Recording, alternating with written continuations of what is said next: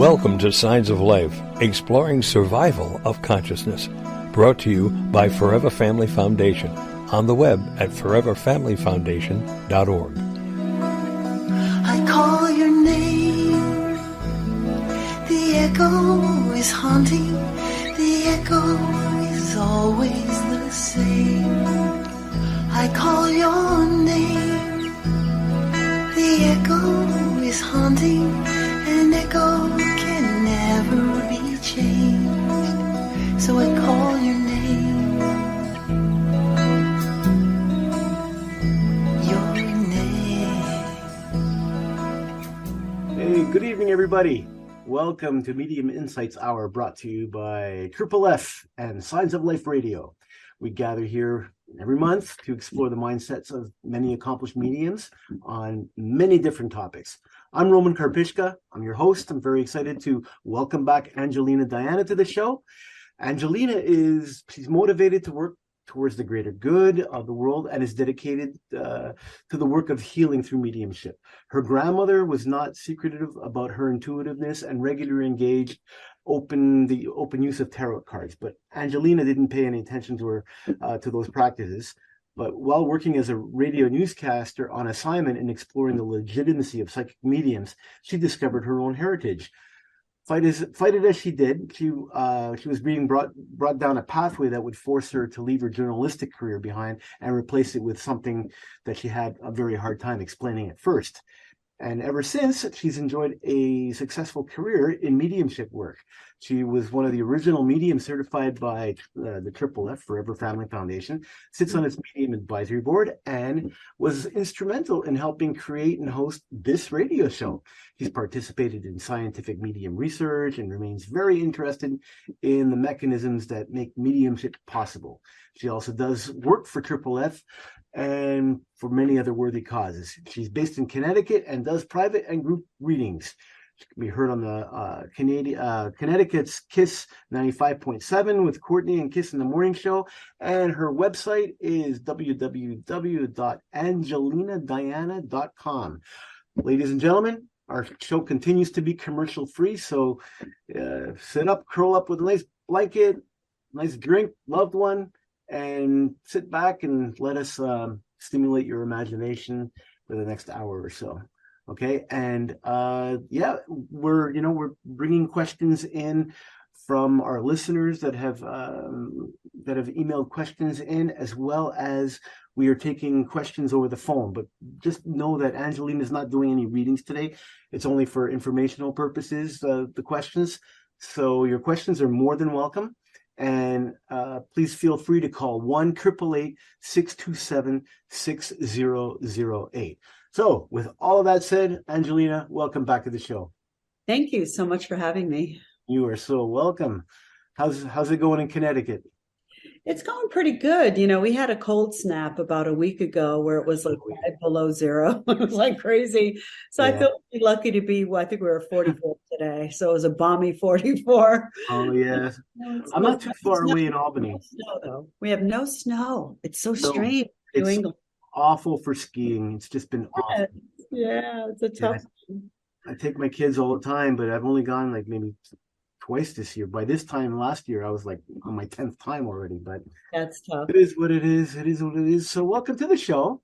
And what we're going to do is, I'll throw you some questions that I came up with, that some of the readers came up with, and, it'll get us talking, and we'll probably get some calls. We got a call already. We got a Gail from New York on line 1. Nice. So let's take Gail onto the show. Gail, are you there? Yes, I am. Thank you. Welcome to the show, Hello. Gail. You got a question for Angelina? Thank you. I can't believe I'm doing this. Believe it, baby. Hi. All right. So, I have a million questions, but I'm going to ask one question, and hopefully you can give me some type of insight. It's in regards to my mother. She passed away February 4th, 2022, just last year. It was just the 1-year anniversary of her passing. Unfortunately, COVID is what got her. She was 84, and she also had dementia. Make a long story short, we got her ashes. and her body was donated for medical research. And then once they're done with the teaching and everything, then they cremate her. And we sprinkled some of her ashes in New Orleans where she wanted us to do that, but we kept some. So make another long story short, I had ordered my son a black arrowhead for him to wear around it with a chain to wear around his neck with some of my mom's ashes in it.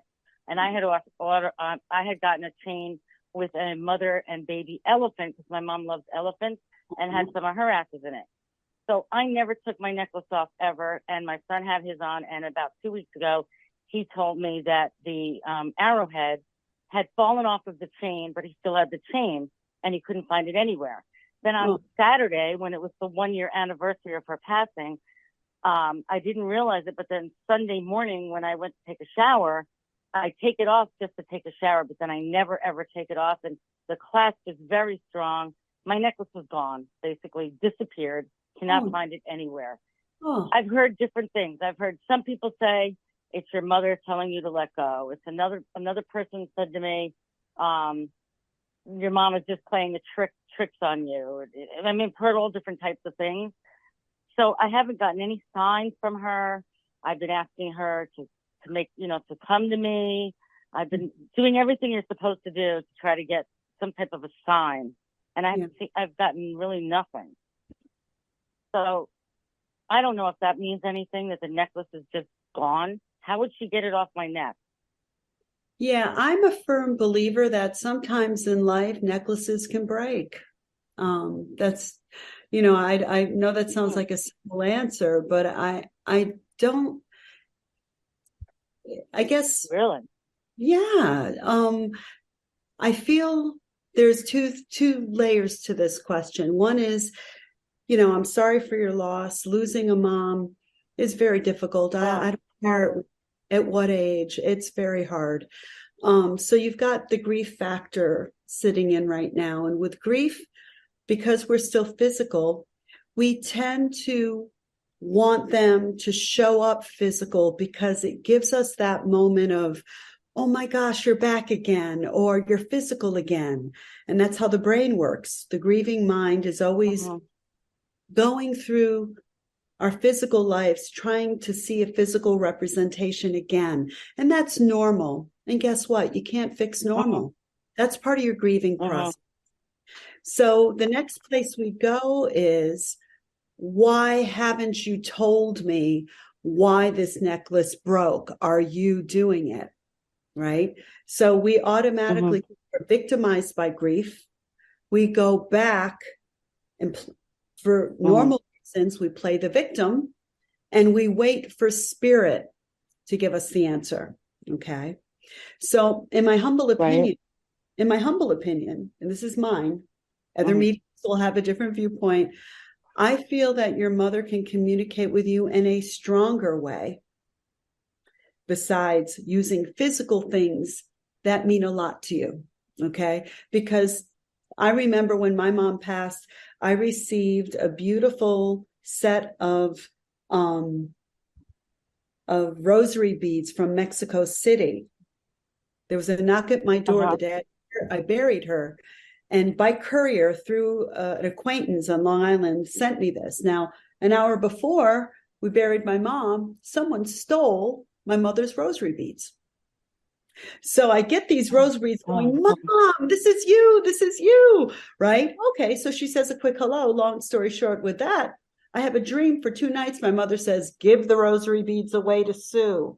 So I was just at a retreat and Sue's mom died a day after the retreat. And we became unusually close. Oh, wow.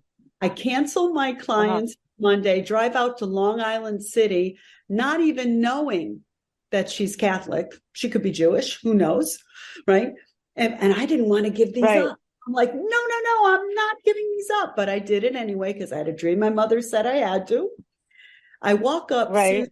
Sue says to me, I can't believe you're here. You sent flowers. I go, I can't believe I'm here either. My mother wanted me to give these to you. And she gasps and she says, we forgot my mother's rosary beads today. And she was a Rosarian. You don't know what this means to me. Right. So wow. I attached myself to those, but spirit has a different intention. So instead of saying, mom took away my necklace, say, mom's got a different intention. Mom knows that I'm relying on the physical signs a bit too much, which is normal. Don't ever stop looking for the signs. But I'm submitting to you that your mother's trying to go deeper beyond the physical, where if I said to you, if you take a few moments to meditate, pray, daydream, all the above, a conversation with your mom, and then sit quietly. I do that. Good. Okay. Yeah. Then Yeah. sit quietly like a medium does. See what you feel, Right. hear, or see. Taste or smell at that moment. Okay. Write it down, or as I always say, Right. keep it in your head, keep it in your heart, and then say, okay, mom, thank you for that. Now show that to me today. You're starting How to long after someone passes? How long after somebody passes before they would even be able to give you in my any humble, kind of sign? in my Is there a humble time? opinion, right away. It's us, the griever, that has a hard time seeing those signs. That's my opinion. And if my mother, she didn't really believe, like she didn't have a religion. She didn't believe in anything. She just figured you die and that's it. Mm-hmm. Would that affect her ability to communicate or give us any kind of signs? Like, I'm afraid she's floating around out there because she wasn't religious at all. Again, that falls along a belief system. And my personal belief system is that we are spiritual. We have a true essential self part of us that nobody ever sees. Like, you would know what's essential about me unless I told you. That's my spirit. Then we have this physical body. So I believe when the physical body dies, our consciousness moves to nirvana, heaven, the other side. I believe we're met up with our belief system. And if you don't have one, scientifically, she is still a spiritual person now. Now, not religious. There's a difference between being spiritual and religious. I won't get into like a religious content. What if she didn't believe in? What if she didn't believe in God? I still believe that she is on the other side. And you know, Right. I'm still physical, but I would say that she's probably up there meeting God now, or Buddha, or angels, or spirit guides.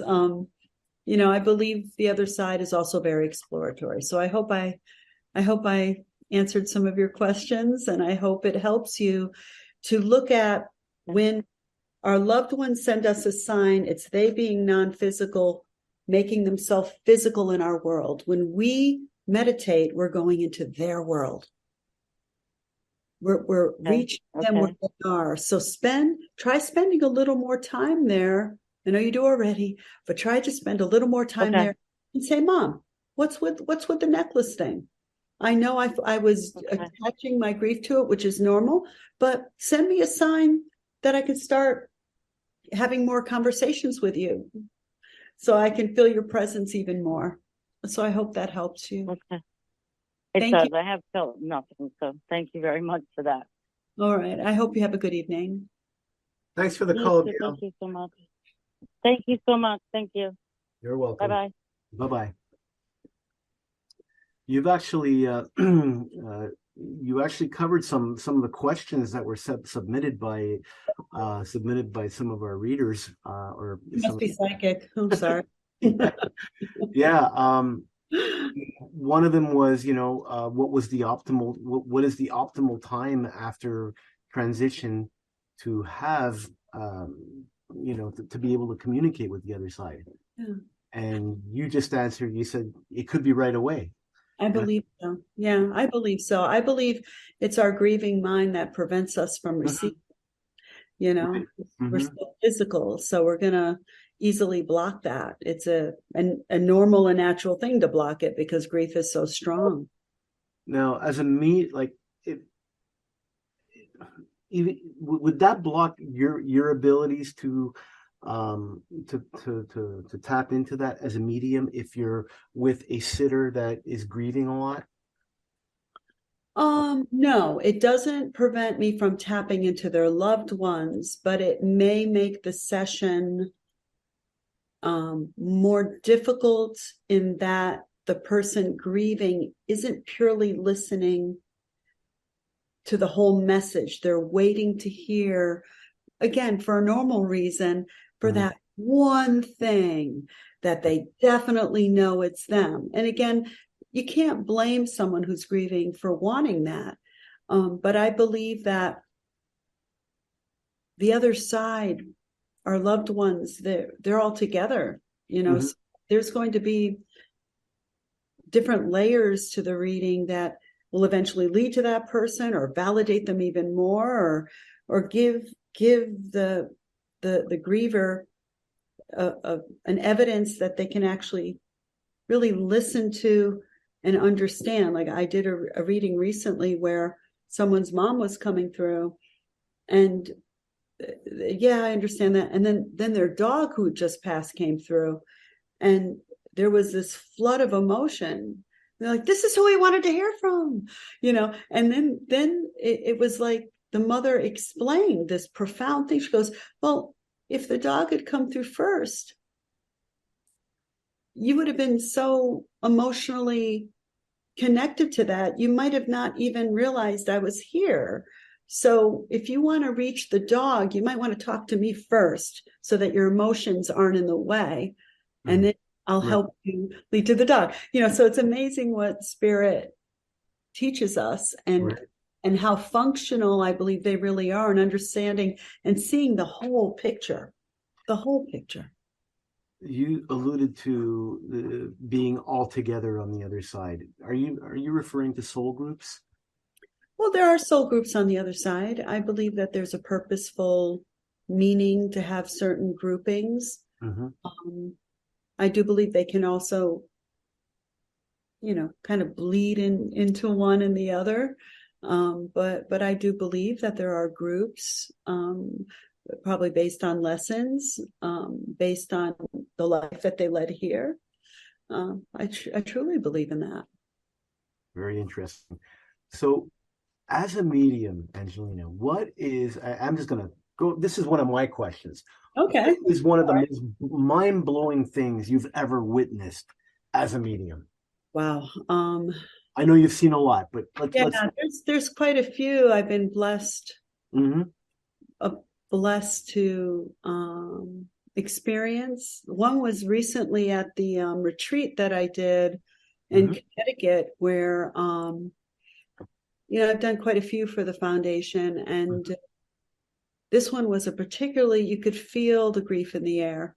It was a particularly heavy experience, but this one person that I was drawn to, her husband came through, and he was validating a lot of things, and she seemed relieved. There was a relief on her face, and then he showed me a goldfish in blue water in a bowl. And then he put, I think it was the number 70 or 17, I can't remember.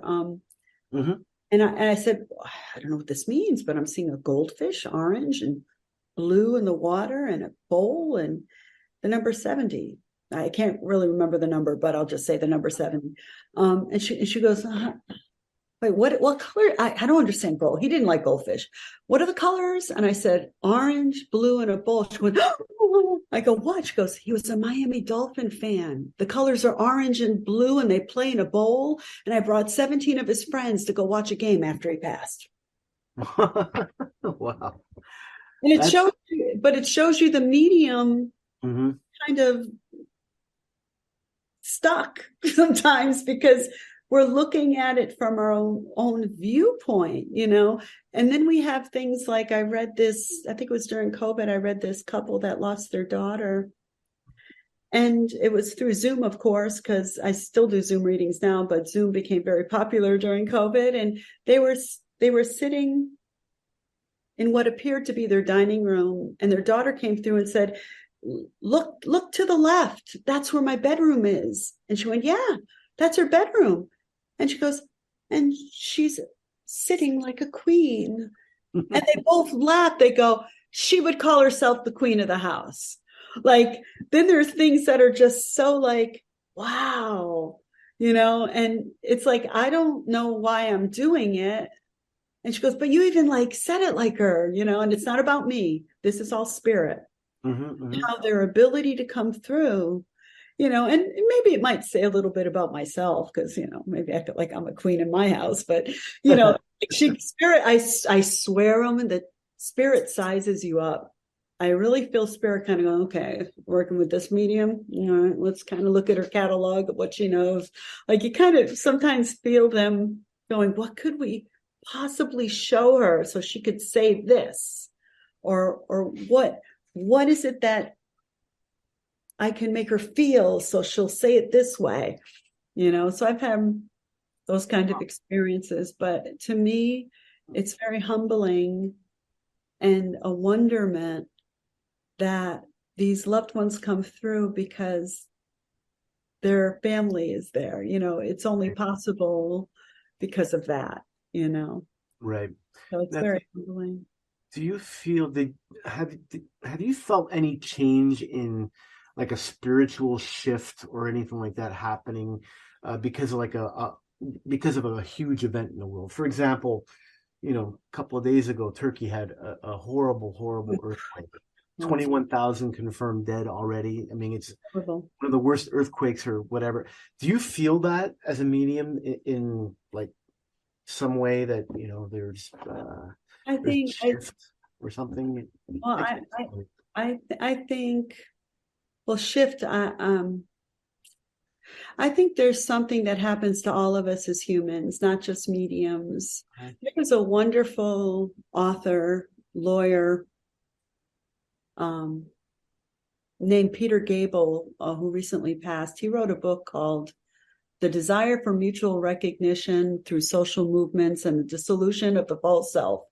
But he was quite a remarkable man, where he was a lawyer, many things, taught at the New College in California, and went to Harvard, Yale School.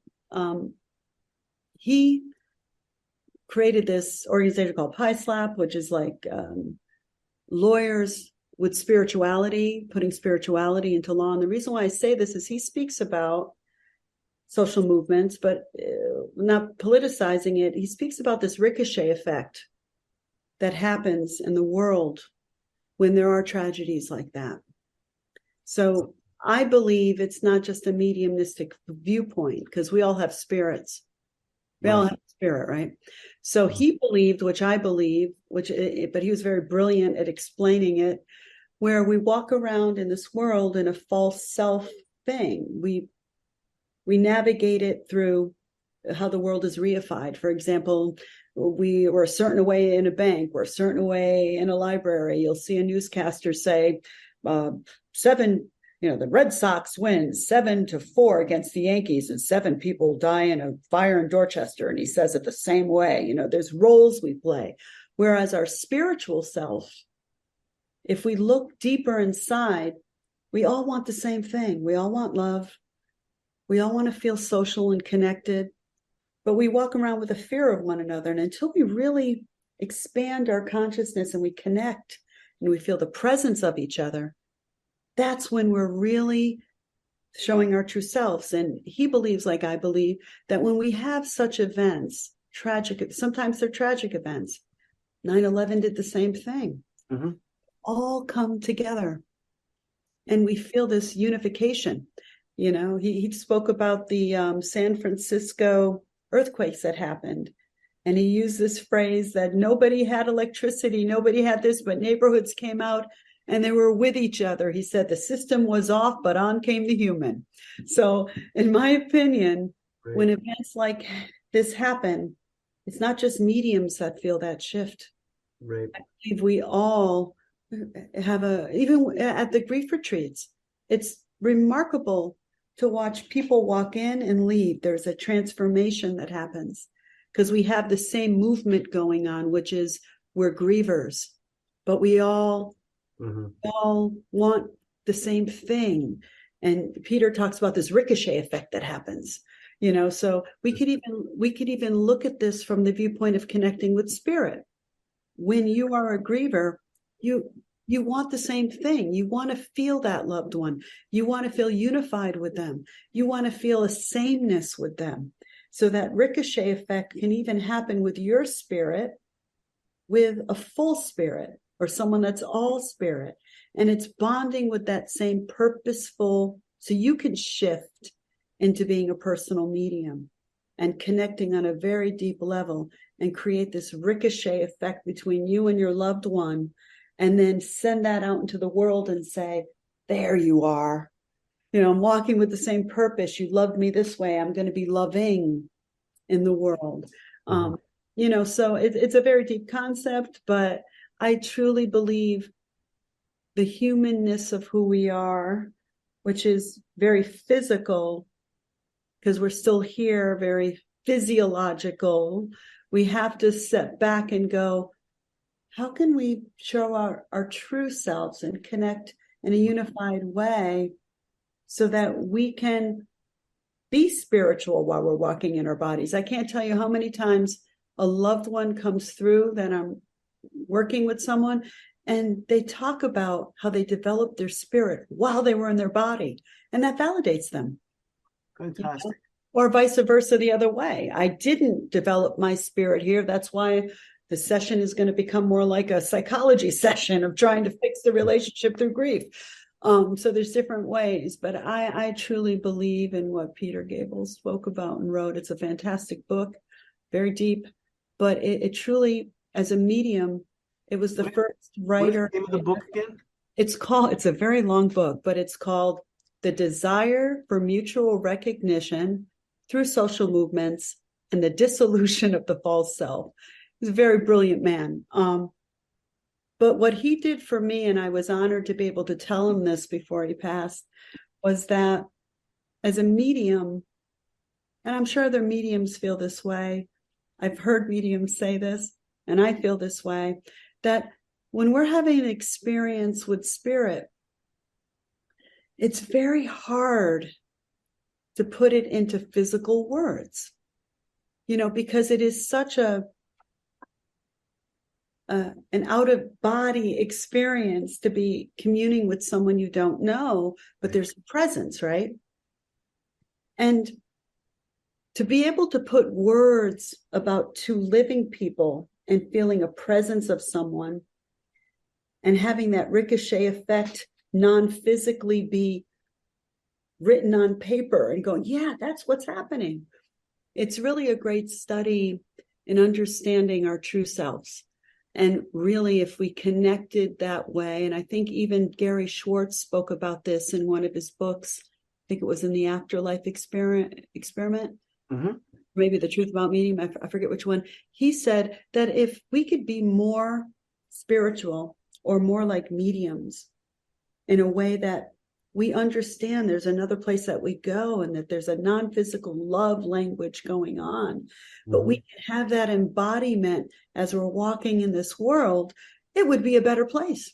Of course. And it's the thing too with this desire for mutual recognition, very similar to Martin Buber's, I don't know if you ever heard of Martin Buber. He was a Jewish philosopher, the I and thou thing. I, it, meaning I'm into myself, or the thou spirit and walking spiritually. So we have another caller. Great. Yeah. I'm being too philosophical. I apologize. That's okay. It's very fascinating stuff. Okay. We have Karen from Florida on line 2. Florida. Karen, welcome to the show. Hi. How you doing? Karen. I'm doing great. So I'm in Florida right now, but Angelina, I was in New Jersey when you did that reading for me, and I'm the Queen's mother. Oh, God that you just told bless the story you. about. I hope it's okay that I shared that. Absolutely. Absolutely. As a matter of fact, I feel like it's a little bit of a divine intervention that I tuned in this evening. And when you mentioned that, I was like, oh, now I really have to call in. Because before that, you were talking about the difficulty sometimes as a medium of putting things into words. And I remember when you told my husband and I that, you actually said, did your daughter do theater? And I was like, once when she was a little girl. And then you said, well, she was sitting like, she looks like she's on a throne on a stage. And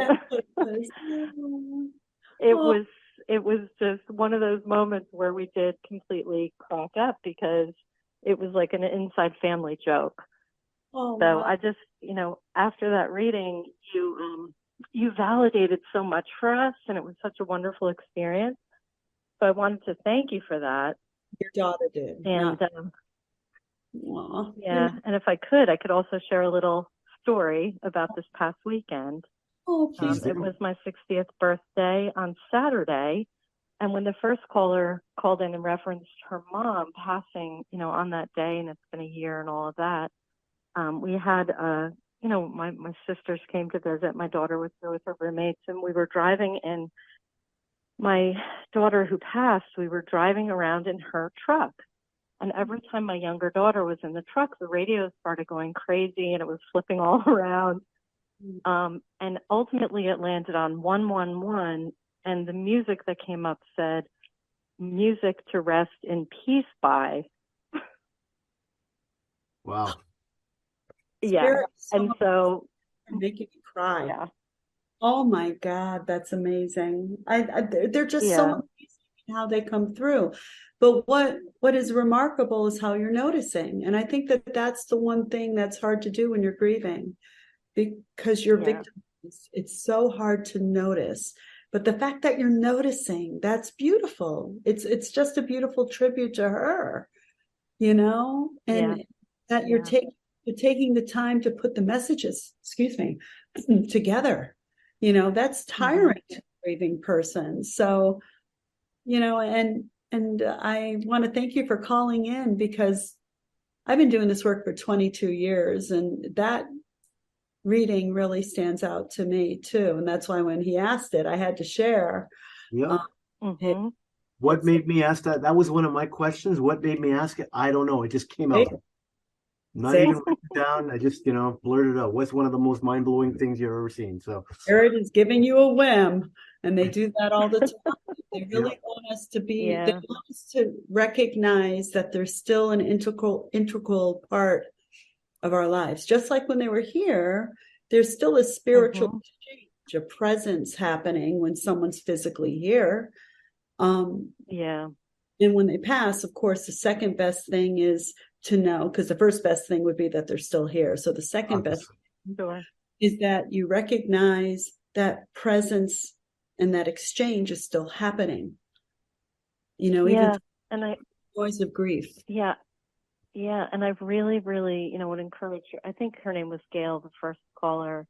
You gave my husband and I very, very similar advice, and we've really worked on that meditation, and we really feel like we connect with her. On her birthday, we went to one of her favorite places, and I could really feel her presence. And I said to my husband, it's like it sounds weird, but somehow you are finding this very deep joy inside that grief.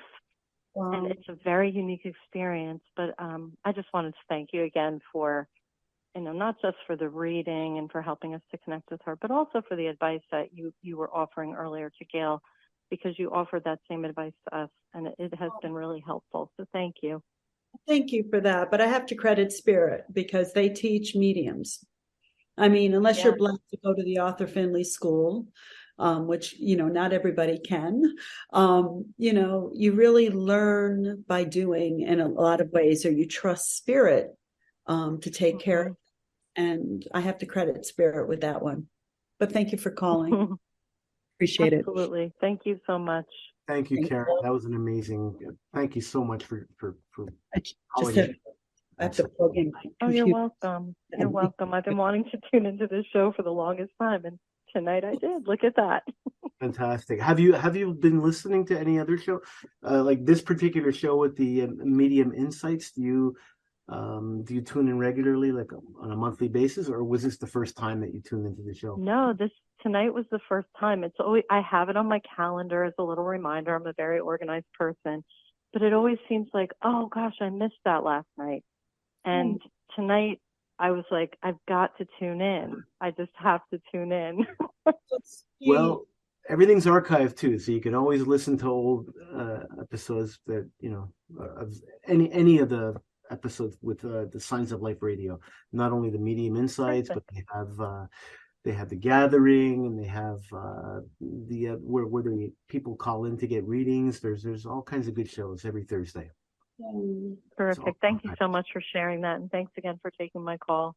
You're Thank welcome, you for Karen. calling in. Wow, that's amazing. Absolutely. Take care. Thanks again. Okay. Feel Bye-bye. feel free to call in anytime. You have some insight or any questions. Your calls are always welcome. Absolutely. Will do. Okay. All right, Karen. Take care. All righty. Bye. Bye. Yep. You too. And now we got another caller. Her name is Callie, and she's from my country, Canada. On Ooh, line 2. Yeah, I'm Canadian. nice. Yeah. So, Callie, welcome to the show. Thanks. Thank you. Welcome to the show, eh? Question. Welcome to the show, you. eh? Welcome to the show, eh? Good old Canada, eh? That's right. You got your plaid jacket on too? I'm sorry? Do you have your plaid jacket on as well? Oh, my plaid jacket? No. I have my Harley Davidson shirt on. I wasn't expecting to be on video today. Sorry, folks. You look There we go. That Canadianism doesn't have to shine through. You know it's there, right? Yeah. Anyways, I have a question, and I've noticed signs from spirit prior to my son's death, and have had other signs since his death as well, and some I know specifically from him. Is there any way to distinguish what's from him versus from somebody else when you get these little coincidences, whether it's, numbers on a license plate or, finding things along the way on your beach walks or whatever? Is there a way to distinguish how to read the signs so you know where they're coming from, or how to fine tune the messages behind the signs? Right. Well, I really think I kind of alluded to that earlier, that I think I know that when we're... my apologies. I missed the first 10 minutes of the call. No, it's okay. No, I don't mean to say that. I can go in deeper. I just kind of mentioned it before. But I do feel we're all victimized by grief, and it puts us in a position of asking spirit to kind of do the work, which, again, I'll say it, it's normal, and you can't fix normal to say, please send me a sign, or that's a sign, but is that you, or is that someone else? Because the brain is always going to be questioning. That's its function. Right. To constantly ruminate and question and come up with scenarios, and especially when you're grieving, it's on double time. So I often say that you can be more of a participant in the process by going into their world. Whether when you dream at night, your brain is shut off. That's a form of meditation. Mm-hmm. You can talk to them before you go to bed and see if you visit them. You can be more classically trained in meditation, prayer, and daydreaming, and connecting with them first before you go out that day. See if they show you, see if you feel something or if you hear something. And then when you see that sign, you have a different perspective because they've already spoken to you. Okay. Yeah. I hear you. There, right? And I also say, folks, if, this is a busy world and sometimes we can't always be training ourselves, and grief can take over, because when we communicate with them, we want to go to that deep down place where we love them, and sometimes feeling that love again can bring on grief. It's this big circular journey we go on.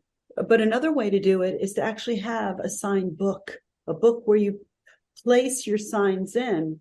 And I often say to people, still try to be a participant in it, but write the signs out. And instead of looking at it as a singular sign, put the signs together, because sometimes it forms a sign. I've started putting on the calendar. So every night before bed, I have this large calendar with 3-inch squares for the day. And so I'm starting to jot signs that showed up during that course of the day. Good. So it's wonderful. Sort of all on the calendar. Well, I would now that you have those signs, it would be an interesting experiment to meditate, pray, and say, okay, you see what I'm doing, son? I've got this little list going. I'm going to sit very quietly now and see if you make me feel, hear, or see something, or even smell or taste anything, on some suggestions on what it might mean or what my next step should be, so that you have a sense of control again. Because again, grieving, especially if you lost a child, it's the worst, in my humble opinion, experience that any human can go. And my heart goes out to both of you, because I know both of you have lost children. But to have some sense of control, something that you have control over. And love, to me, is the one thing that lives in your spirit, even though it's bruised.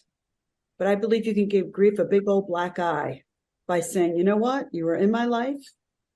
You're a creature that once walked this earth that I miss terribly, but you're still present with me. So I'm going to take a few moments and sit in that presence and come up with a purpose. There's no lesson in losing a child. No lesson in losing a child. I hate that word. Sorry, getting a little angry because I like it sounds too punishing. But there is a purpose that you can try to bring about into your life to honor that person, that child, along with that journey, knowing that that love is stronger than anything. And of course, it causes the most pain too, because they're not physically here. So it is a mind game. But if you go into your spirit, activate the love, talk to them, and then say, I got this whole thing. Make some sense of it to me, please. And then go out in the world again. Look at, and you know, it's very amazing that your spirit knew to gather those signs and keep them in a place. Now, see, like hieroglyphics or some kind of a message, see if they put them together with each other. Because they're trying to send it to you so that you see it. Sometimes it means sign. I hope that makes sense. No, it does. I like the idea of having a book, and I have a dream book when a little journal, and it's like 4 by 5 inch sheets, so one dream per page, and but what I'm noticing with the calendar, and it's just I picked up the calendar kind of in mid-January. It's like I like what you say, because I start to have this pattern, and I can go back over the last few weeks and start to notice, what's the pattern, right? So I'm not looking, because there's times where it's a pretty obvious sign in that day, but I like what you're saying, to say, what are the little signs along the way, and to tune into that finer essence of how you're picking up on things. You know, they've got a broader view of us, broader view. They know their journey. They know what they're working on. They know what you're working on. It's not invasive, like they know your little thoughts, like I'm hungry or I have to use the restroom, but they understand spiritual makeup and why they, in this case, why you were their mom and why they were your child. And now what is she going to do with this now? What's the purpose? Because you cannot in the physical world come up with a reason. It's impossible. Yeah. It's a reason why. I'm sorry, honey. And for me, I'm kind of joking, but now, he's still my kid. He's got chores now. I'm going to give him different chores than when I was raising him, but he's got some chores to take care of for me up there. So orchestrate with his buddies and stuff. That's a good way to look at it. Absolutely. Well, I hope that helped. I hope. Yeah, it does. Thank you. Appreciate that. Thank you for sharing. I know how hard it must be to share, because that's a very personal, open wound that you're sharing, and I don't take that lightly. So thank you for sharing that. You're welcome. Thank you for having the space to, hold that space, right? And for other people that are considering, should I not call? It's good to just speak it and be out there. Callie, stay warm, okay? Yep. All right. Well, that was quite interesting, and I love your response. What you said to Callie about just the way that you approach it, because it is you can either approach it as life is so frickin' unfair because this happened to me, or you can try to make something positive out of it and just And what you also said is very true, that, because you love them so much, you miss them so much. The more you love, the more you miss. Simple as that. It's those two things go hand in hand. But it's, you can choose to react more positively. I mean, grief has to take its time. It has to take its course, and it's different for everybody. But once it has taken its course, the waves get smaller, of grief get smaller in between, or the waves occur less, and they get smaller also a little bit. And that's your moment I think that's when you've got to seize the moment and react more positively if you can. So listen, folks, I want to thank Angelina so much for coming out on the show again. Some of her insights were wonderful. And it was just really, really heartwarming to talk to her. Angelina, I know you can hear me, but we can't hear you, unfortunately. And it sounds like you're struggling to get through, but maybe spirit is blocking you. Who knows? But we do really want to thank you for being part of this show, and highest respect to you, Angelina.